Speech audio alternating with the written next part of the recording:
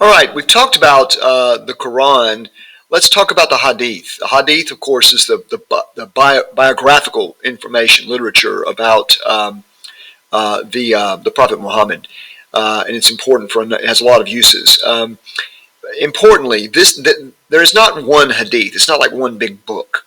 There are multiple competing Hadiths, and it's a huge amount of literature.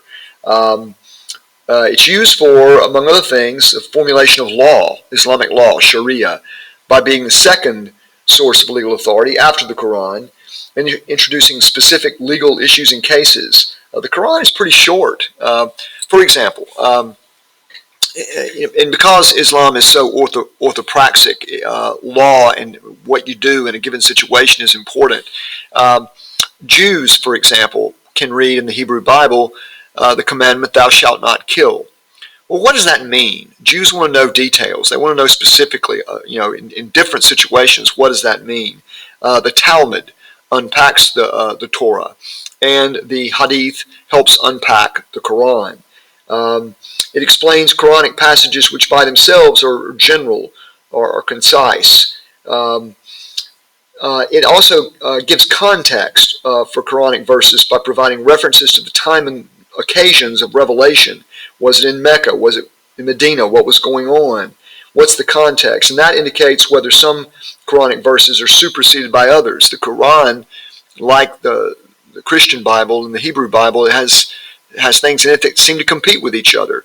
The Hadith can provide a context that help us figure that out. Again, it is voluminous. There are competing Hadiths. There are six canonical Hadith collections just in Sunni Islam, as well as many apocryphal ones, and we've not even talked about Shias yet. So it's a lot of stuff. Um, Another thing it does is it provides specific information and details about Islamic rituals such as prayer, the Hajj, etc., which are mentioned in the Quran but with no specific details.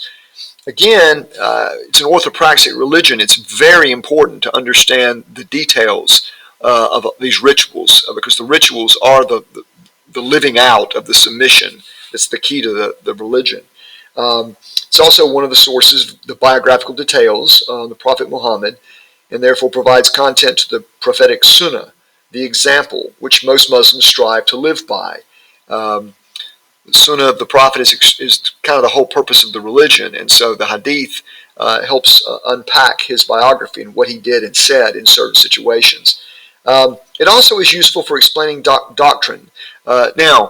Just because Islam is predominantly an orthopraxic religion doesn't mean that orthodoxy doesn't matter. They have a very elaborate doctrine, a system of beliefs, and the Hadith explains a lot of these doctrinal points. This is especially important for Shia Hadiths on the doctrine of the imamate. So Shia Muslims believe that there should be an imam with a big I who is the blood heir of the Prophet.